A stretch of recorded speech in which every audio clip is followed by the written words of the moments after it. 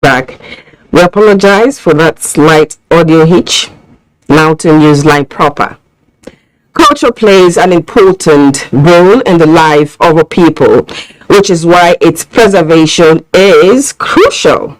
It also fosters peace and unity. Igerepe, the indigenous festival of the Calabar people, is one of such cultures. It attracts tourists, spectators, and fun seekers. Udra Acting reports that the cultural event, performed annually during festive season, is aimed at carrying the new generation and guests along with age-long traditional inheritance of the people.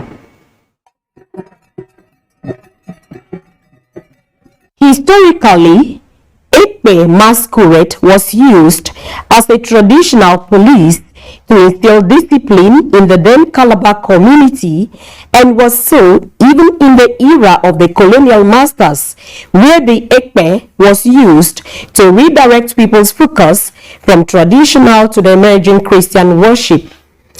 The Calabar people in the southern part of Cross River State have continued to maintain and proudly profess their culture through the festival Nyorekbe, a powerful bond of union among the community. Ekbe is a path to liberation.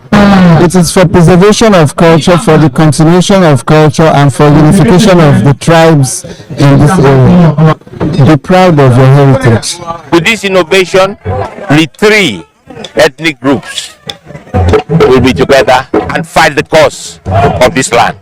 The festival had performance grouping among the effects, the foods and the course, while spectators cheering the display, believing that the cultural heritage will be maintained. Ekbe is a uniting force. People should come together and teach their children to come together to dance, to hail them. Traditionalists, including the Oba of Calabar, described the Ekpe ceremonial display as a tool for culture preservation while also promoting tourism. And we'll let our children be part of what is happening. You've seen the dancers, you've seen the people, they are all the younger ones. We encourage them, and then we let them build what our forefathers did, such that it will never die off. Ekbe is not a violent society. It is about love. It's about comradeship. It's about living together in peace. Aimed at entertaining and uniting people, Nyorekbe is performed during festive season like this. People without knowledge of their cultures may also lose knowledge of their roots. So culture is very important. Now, the beauty of culture is also the beauty of the source. This can be said of the Igwe, an annual festival of the Benin Kingdom. According to Benin history, it was celebrated for over 1,000 years, instituted by Oba Eware the first, who reigned from 1440 to 1473. Igwe festival heralds the coming of a new year with thanksgiving to the ancestors for the outgoing year, where the Oba blesses the land and his people. Agatha Egwari Ojo fills us in on this flamboyant festival of the Oba of Benin and his people, who have been celebrating the start of a new year.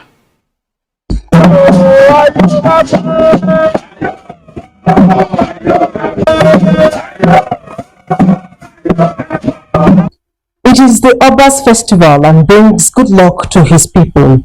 Igwe climaxes with a thanksgiving by the Oba to his ancestors at the Benin National Church, the Holy Arosa Cathedral. The ceremonies began December 20th with Uge Roba that celebrates the memory of ancestors. Then Uge Mobo, which was held at the Oba's Palace Gate, where different rites were performed to ward off evil spirits from Benin Kingdom. And then Igwoba celebrated at the Ubanzowa, the arena for most traditional and social ceremonies in the palace. Igwedo here follows suit for individual worship and celebration in the homes of Benin people.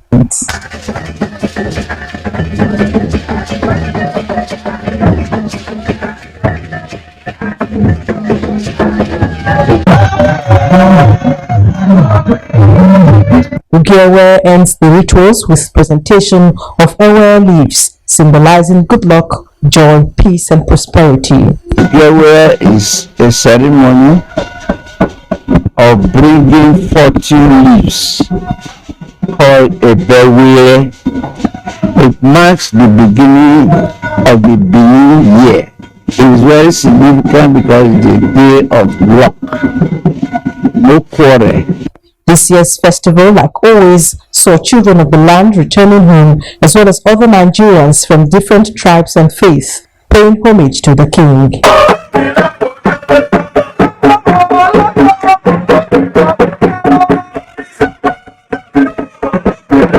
We're here to come and thank you, to come and felicitate you, come and pray with you for what God has done for us. As Nigerians continue to celebrate with hope for a better year from the home of culture and palace of the Oba of Benin. The festival is indeed a showcase of the rich and revered tradition of the Benin's Oba Tope Ise. The historical evolution of the ancient city of Katsina. So you see, you're not going from Benin to Katsina, and we started from Calabar. You see, all across Nigeria, we have rich culture. The historical evolution of the ancient city of Katsina will not be complete without mentioning Kofo Yandaka City Gate, located in the western part of the state capital.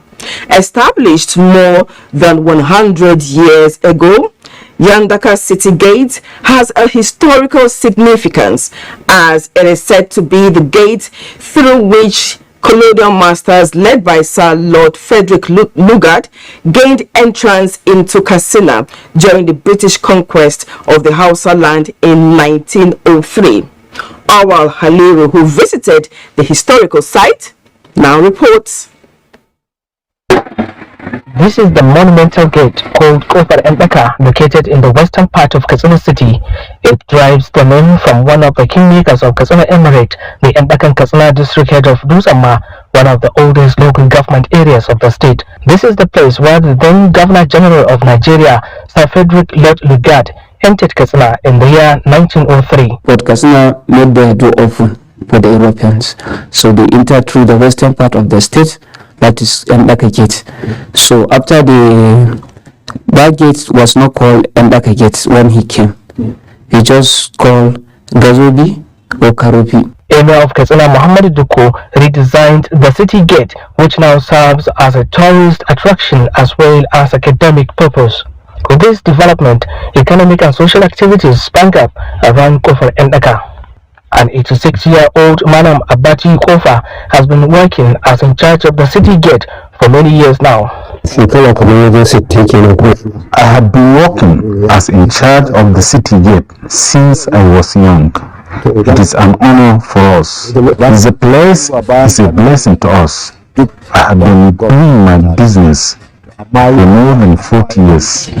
We therefore call on individuals and organizations to do more in promoting such historical sites for generations to come. In view of the strategic importance of the historic site, they emphasize the need for collaboration between government and relevant international organizations to preserve the heritage. We have to preserve it for our children to come and see it. Because this gate had been there, let's say, had been there since Muhammadu Dukku. Muhammadu Dukku has been Emir of Katsina between 1906 to 1944. The site is among the 7 historic city gates in Katsina.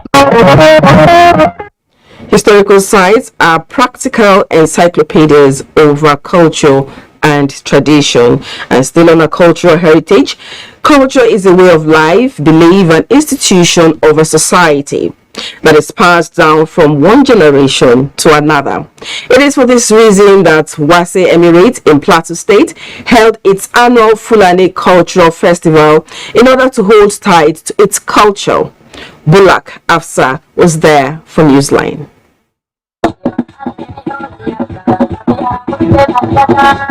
The annual Fulani Cultural Festival of Wasi Emirate coincided with fundraising for the completion of ICT Center of Fulani Community.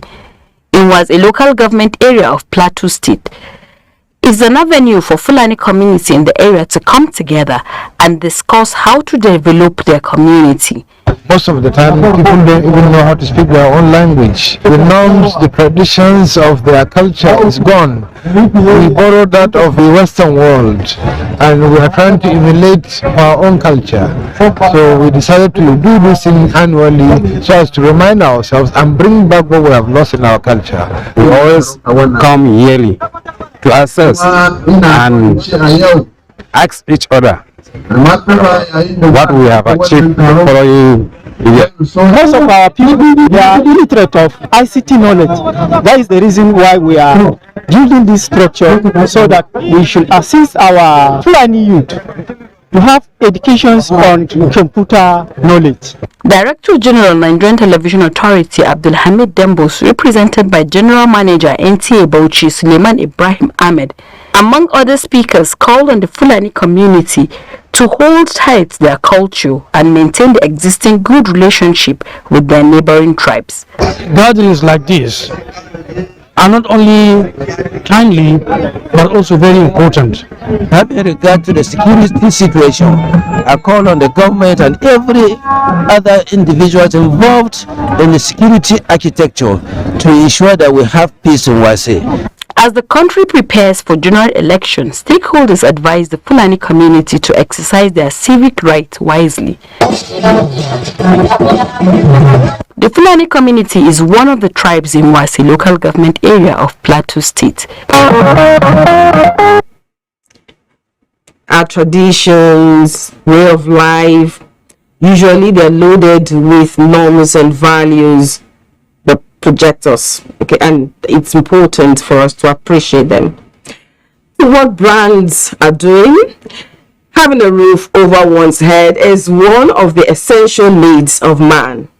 Yes, it is against this backdrop that one of the leading giants in telecommunications industry, Globacom, included the provision of shelter in its ongoing Festival of Joy Reward, a system to reward its teeming loyal customers. The latest raffle draw in the Globacom Festival of Joy promo held in Enugu witnessed the presentation of keys to Gerald Chinomso Okoro, who has joined the League of House Owners. Eukaria Ugu has more.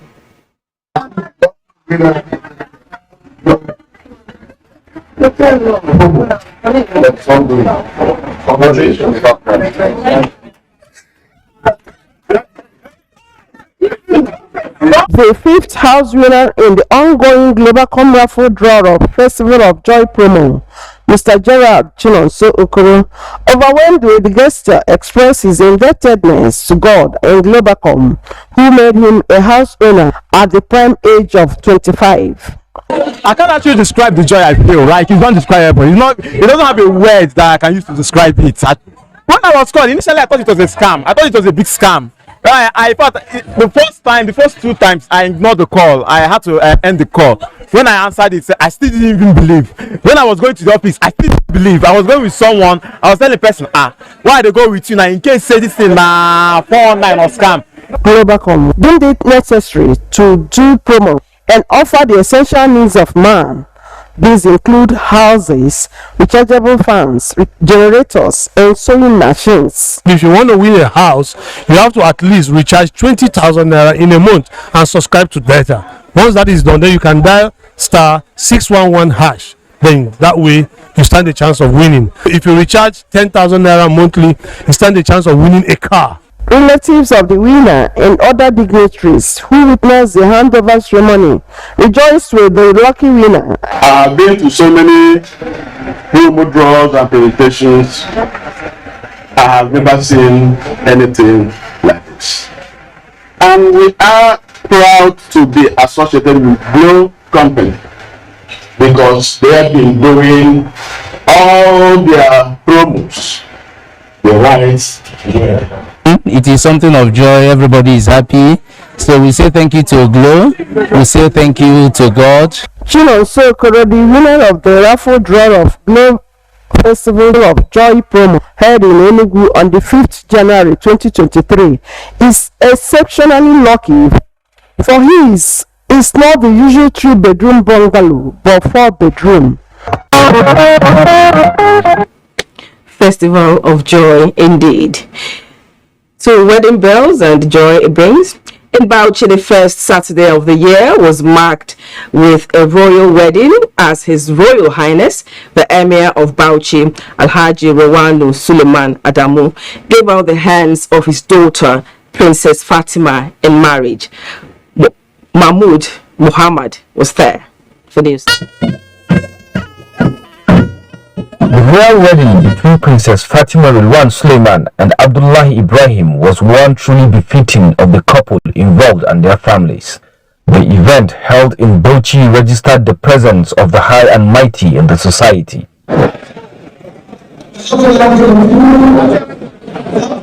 Chief Imam of Bauchi, Balaba Banina, was at the center of it as he performed the wedding rite in accordance with Islamic injunctions.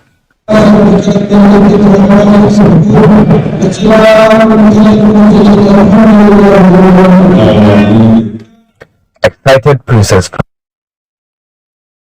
expressed gratitude for coming this far as they set for a new chapter in their lives. Giving me such a kind of very understandable wife and very caring. I've been with for almost 4 years, so I'm happy. He's a good person. He's so amazing.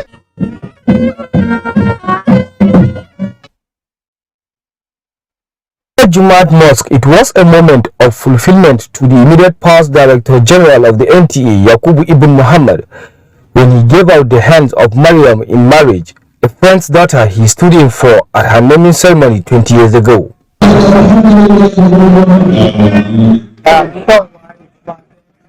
Important virtues of patience and tolerance. So my gratitude to my family and the family of my beloved Maria.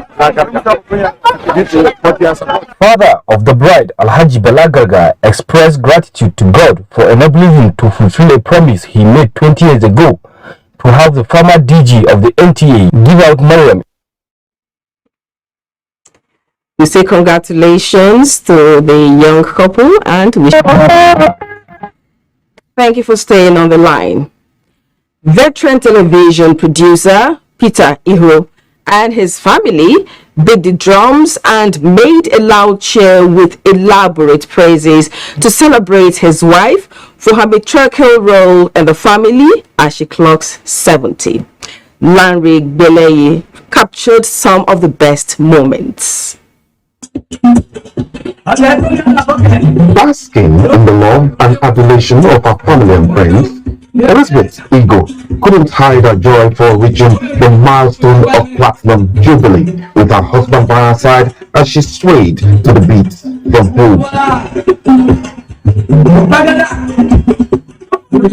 Children, friends of the family, including icons in the broadcast industry and Nollywood, attest to her innumerable unconditional sacrifices to the family that made her an outstanding matriarch. She has a beautiful soul. She's an amazing woman. She does everything for anybody. She can give her heart for anything. She's always there. She has always supported each and every one of us. Be the man I am today if she did not instill the values and the virtues that she instilled in me growing up. If I would die and have to come back to life, I would not want any other woman to have raised me. When I'm in school, asking if I'm okay, sending me money, stuff like that, telling me to focus, and she's always taking up of me. She's always there for me. For her to see 70 years in the land of the living, it's wonderful. I'm happy for her. Mrs. Elizabeth Peter Igo is a mother. We call her sister because every one of us that was in NTA, especially those of us that were employed and those that worked in programs in NTA, we all passed through her. She's managed the home behind the scenes. Peter has carried on everywhere. Italy, China, Abuja. So somebody has to be the cushion, somebody is the anchor. And that's what Elizabeth provides. Married to a pathfinder in Nigeria's television production, Peter Ego. 50 years ago, Elizabeth Ego says clocking 70 has made her to rededicate herself to the progress of her family. I appreciate my children, my husband, my grandchildren especially. My wishes is for me to see more of my grandchildren and my great-grandchildren. Every opportunity I have, I pray for her and I thank her for how she's been able to hold us together, tolerated me all these years of absence, and now I'm here, now I'm there, and all that. And I thank her, and I'm happy that we're here celebrating her. The celebrant loves to dance, and this she did after cutting up birthday cake.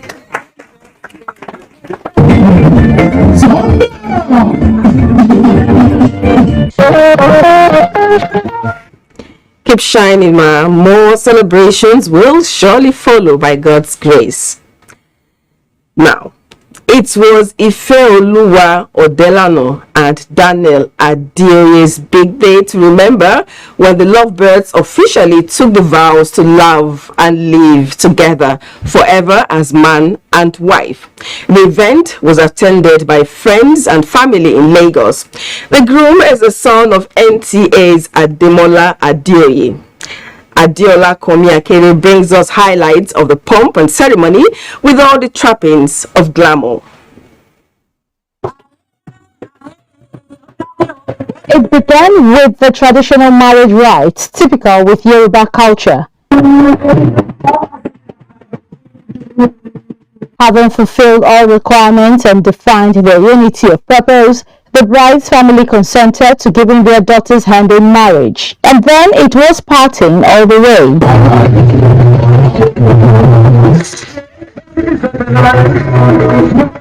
Now, this is the story of their love and romance. The childhood sweethearts have been able to keep the spark for more than 15 years now.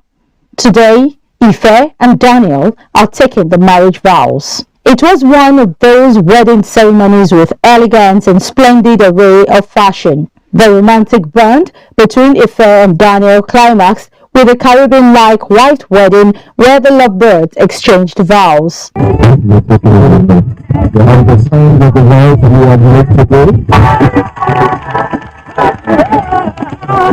We can joke about anything, and we can talk about anything, any topic, even business, anything in general. That's one thing that we like about each other. We've been friends for a long time, so we understand ourselves a lot, and the love came easily. It was very comfortable. The rest was fun, and more fun.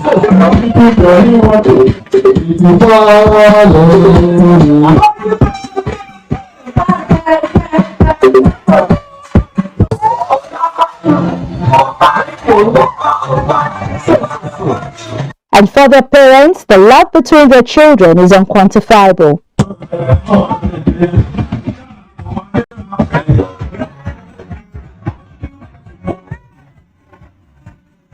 I wish, most of all, for them to know the Lord, for their family to be founded on Jesus the Rock, for them to bring up children in the ways of the Lord, that their home will be filled with joy, will be filled with peace, will be filled with love. Here are some words of wisdom for the latest Mr. and Mrs. He must love his wife, and they must stay together as one. They should develop patience with each other. It's always better to tackle your challenges all along without involving anybody, no matter how close.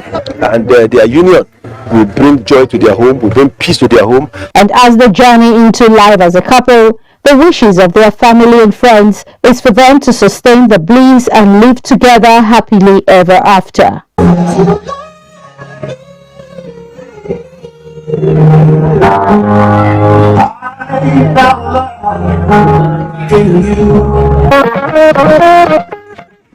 And our prayer is for them to live happily ever after with joy and happiness. And I must say, it was one of those weddings that you attend and have so much fun. I was there live. Now, the ancient city of Bida played host to eminent personalities as the sons of the Esunupe and Chairman Niger State Council of Traditional Rulers Yahaya Abubakar joined their sweethearts in holy matrimony. Fatima Ali, who witnessed the wedding fatir held at the Wadata Palace, Bida, shares some of the classical royal event.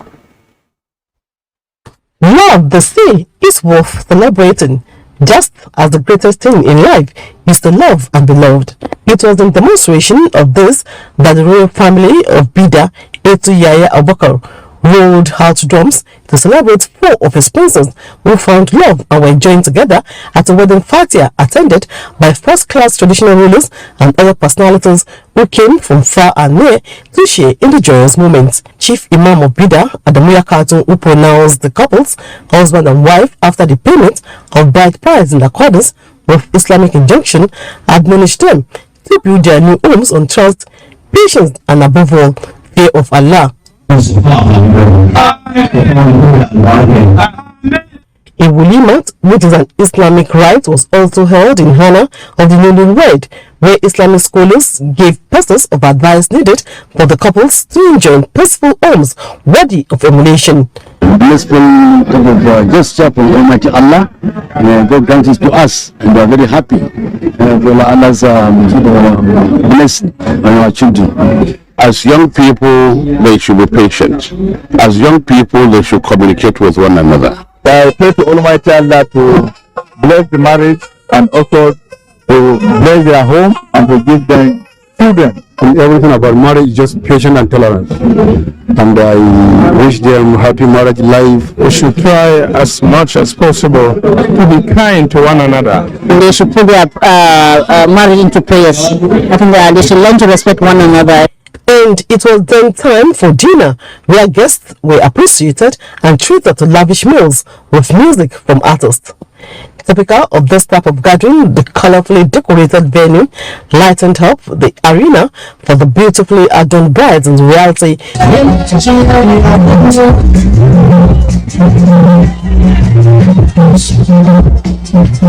The couples cut their wedding cake as a sign of love to the admiration of family members and friends. Today I've been actually waiting for a very long time, and Alhamdulillah, Allah has answered my prayers. I'm excited. Alhamdulillah. The person I've promised to marry. It's a good fulfillment. I'm just happy and Alhamdulillah. The most important, I think, is their respect for one another, patience and perseverance. We wish them well. We very pray for them to have good children that will also behave and act the way they are. All those things that they learned today, they should make sure that they internalize them. My advice to them is to believe in themselves. Formalities concluded. Now to sail with love and all the sweetness. We wish them the best. Now to something that is not really part of our culture and not worth celebrating at all. It is generally believed that women are naturally filled with passion and compassion. Same reason they nurse, cuddle, and raise family with love. What do you now say when a woman flogs and maltreats her own biological mother who nurtured her to womanhood? This sad incident happened somewhere in Enugu State recently. Let's join Mina Ukobasi for details.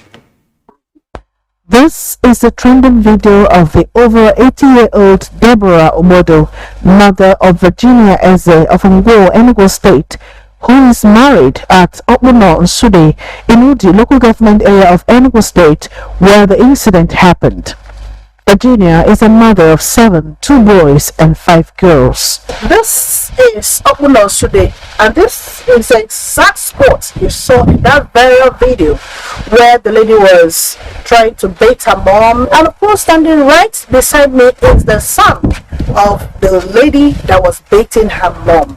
Let's find out what the relationship was between this lady and her mom ab initio. In a very good relationship, yes. They have no grudges against each other, because even for how many years now, the woman hasn't been herself. So just old age, my mom has been taking care of her for many years now. So what happened was, should I say, out of frustration.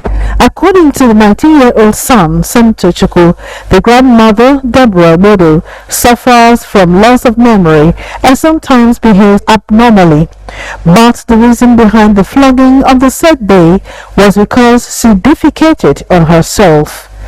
Dr. Obioma Obikeze, a medical practitioner, explains further on the possible reasons for Deborah's condition. As a matter of fact, defecating on one's body at that age most often points to a condition we call senile dementia or Alzheimer's disease. It occurs both in male and female elderly persons with symptoms like forgetfulness, mental confusion, difficulty with self-care, which actually is the reason why they can urinate or defecate on themselves without knowing what they are doing. Although Virginia was quickly moved out of Okmunusude village after the incident to avoid breakdown of law and order near Jungle Justice, the son and other traditional leaders of the community condemned in strong terms Virginia's behavior, describing Nsude as a peaceful community. This woman did what she did now. But it's not my prayer. But you know nemesis. You know love karma. Whatever you do, you expect it tomorrow. But my prayer is the children, let them not repeat it back again, because it's very bad. Very bad, no excuse at all. And the elderly people can be sometimes difficult to handle, but we need to show them patience. Remember, they were the ones who patiently nurtured us when we were kids. Now, the saying that blood is thicker than water did not play out in favor of three families in Akwa Ibom State whose lives were gruesomely terminated by their very own. Clement Bariku reports that in the case of the first family, a man beat his 16-year-old daughter to death. In the second case, a son killed his 65-year-old father over alleged bewitchment. While in the third family, a 29-year-old set his brother ablaze over a phone charger. The suspects and many others who have committed heinous crimes are presently in police detention. 19th December 2022 was like every other day in the Dibom 1 Insiribom local government area of Akwa Ibom State. The people were going about their normal businesses until late in the afternoon when news of the death of one Friday Wilson Osanga filtered in. Some of the deceased, through a police report, had beaten the deceased to death and dragged his lifeless body to the road. The suspect claimed his father was responsible for the death of his elder sister and had also threatened to kill him. To make do with his threat, the 26-year-old said his father transferred an unknown spirit in the form of a tortoise into him, making him to go insane, and to avoid cutting short his life, he had to beat his father to death. I killed my father because he used charm on me. In similar development, a man in his late 40s was also arrested for beating his 16-year-old daughter, one Abasiono Akani, on a Sunday to death. The only offense of the girl, according to the father, was that she used his mobile phone to call her boyfriend. The story of one Akpan of Ikorekuru Insiribom local government area was also captured by the NTA camera lens during the end-of-year security review briefing by the Akwa Ibom State Commissioner of Police. The suspect on December 15, 2022, allegedly poured fuel on his brother Ime and set him ablaze over a phone charger. He went to my shop. He was asking for someone that the person owed the charger. I said the person is not around. He now picked a bottle and started a fight with me. The State Commissioner of Police, Olatoye Durusimi, says the police will not rest until all those in connection with the various crimes are brought to book. The last quarter of the year has been characterized by peace and lofty security achievements in the state. A total of 196 suspects have been arrested for various offenses. For now, the police is investigating the murders among these blood relations, promising to charge them to court at the conclusion of all investigations. Creepy. Almost like someone cast a spell of doom upon the family. We'll keep you posted on developments, but it's important to know that love and patience must reign as we relate with each other. Time to take a break. We'll be back. Thanks for staying on the line. Kano is our next stop, where Aminu Umar is standing by to tell us how people in Kwa village, Dawakwin Tofa local government area, woke up to find a couple dead in their home. Harmattan is a weather condition that is associated with heat and cold that forced people to look for an alternative means of warming their environment, to get relieved, and when in the night, to have an easy sleep. Everyone looks for any means at his disposal, and in rural areas, the dwellers mostly use firewood or charcoal to stay warm in Harmattan condition. As in every typical community in the hinterland, the tradition is also the same in Kwa, a village in Dawakin Tofa local government. However, for the family of a couple in this village, the situation came with a negative twist, as their loved ones were found dead, allegedly as a result of suffocation caused by the same charcoal that usually from cold. They slept in this room, however, could not wake up, as narrated by Malama Maria, who is battling to come to terms with the reality. As her grandson, Suleiman Idris, and his wife, 20-year-old Maimuna Halluru, who is also pregnant, could not greet her again, as they are no more, which is coming 10 months after their wedding. I touched the girl and learned she is dead. When I turned to him, I saw him with his gown but could not move. Police authorities in Kano confirmed that preliminary investigation revealed that the couple died of suffocation caused by smoke that emanated from the charcoal.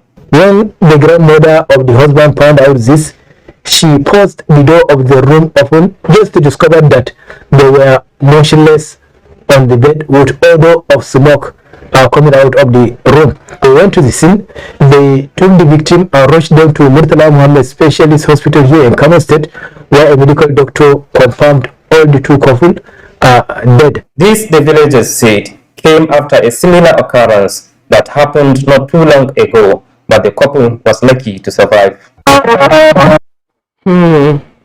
Safety is very key, and I think there needs to be education and awareness in that neighborhood, because I'm sure a lot of people there use charcoal.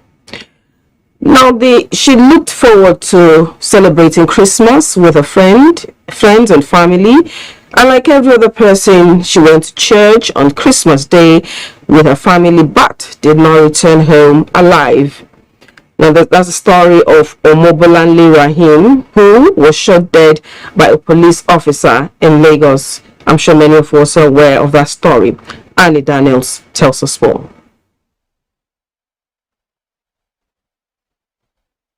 Recently, the Abuja area of Lagos has been in the news for the wrong reasons, one of them being the shooting of a 31-year-old man to death by a police officer attached to Abuja police station on the 6th of December 2022. While the dust was yet to settle on that, a 41-year-old lawyer, Bolanle Rahim, was shot at a close range on Christmas Day by another police officer attached to the same police station, leading to her untimely death. That police station in Abuja, there's an eye on it. So they should just, I think the people there should just work on themselves and learn how to accommodate people. You don't just shoot anyhow. My respondent described the incident as an avoidable one. You've seen a pregnant woman, 7 months pregnancy, right? It's obvious that you know this is a pregnant woman.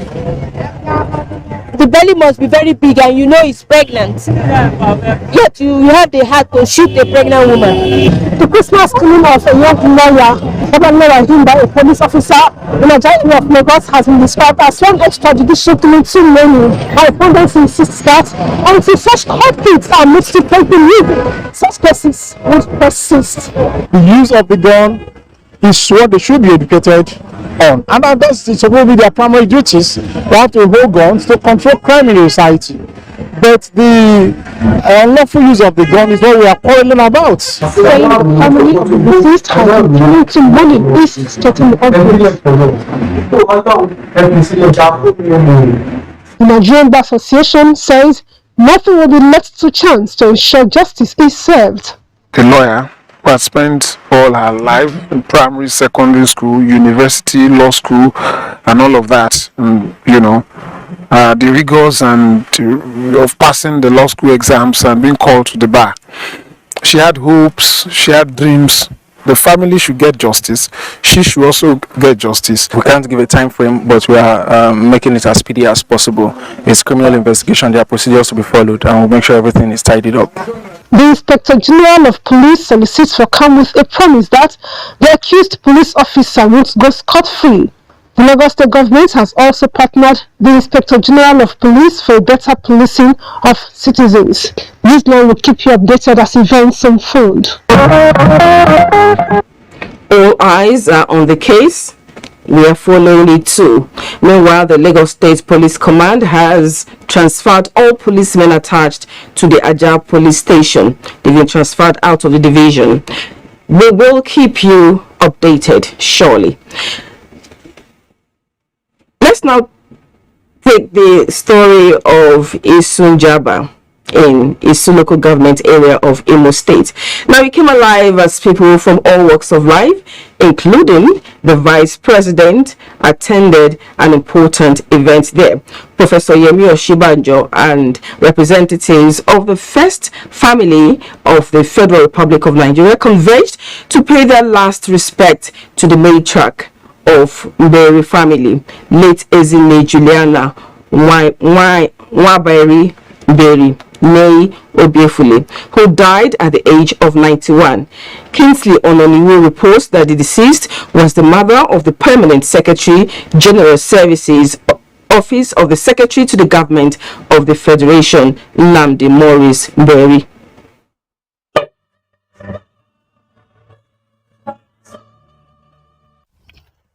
Preaching at Jerusalem Mass held in honor of late Ezine Juliana Mberi at St. Joseph Catholic Parish in Sinjaba, Reverend Father Finian was enjoying Christians to live their lives in accordance with the teachings of Jesus Christ in order to make heaven at the end of their earthly journey. He described the late Nigerian as a committed Christian who lived an exemplary life of service to God and humanity. Our hope does not disappoint us. We believe if we lived righteous lives, we can merit heaven. We praise the Lord Almighty that Mama's life on earth was that of a committed Christian who served God with all her being. She undoubtedly was a model not only to our biological children, but to several others. A wonderful woman, a valiant soldier of Christ. Kind, gentle, affectionate. The Mberi family, my message to them is that they should be grateful to God for life well spent. Mama has lived nearly 100 years. We wish his mother eternal rest, and we pray that God comforts and continue to console the family for her death. The condolence message of President Buhari family was read on behalf of the First Lady of Nigeria, Aisha Buhari, by the Chief Mourner, Morris Mberi. The body of the late matriarch of Mberi family was later buried in her husband's compound. The children of the deceased, including the Permanent Secretary, General Services, Office of the Secretary to the Government of the Federation, Morris Mberi, and other family members, described their late mother as irreplaceable. Three mothers, a role model. It was a gift to our community. She's a virtuous woman, very industrious. My late mother-in-law live life of emulation. She put family first over anything. Late Ezinne Julana Mberi was a successful businesswoman during her active years. May her sweet soul rest in peace. Amen. This is where we'll end this edition of Newsline. We hope you'll join us Sunday again for another edition of the program. Thank you for being with us so far. Now, don't forget that the fastest and easiest way to becoming a star is to connect with the NTA to stand against rape and rapists. Thank you. Good night and God bless Nigeria. Care about it. Usually, the woman will come with 3 because the Yorubas believe the tripod stand does not throw away the soup on top of it. But it goes, now, this is a crop that is common to all of us in Nigeria.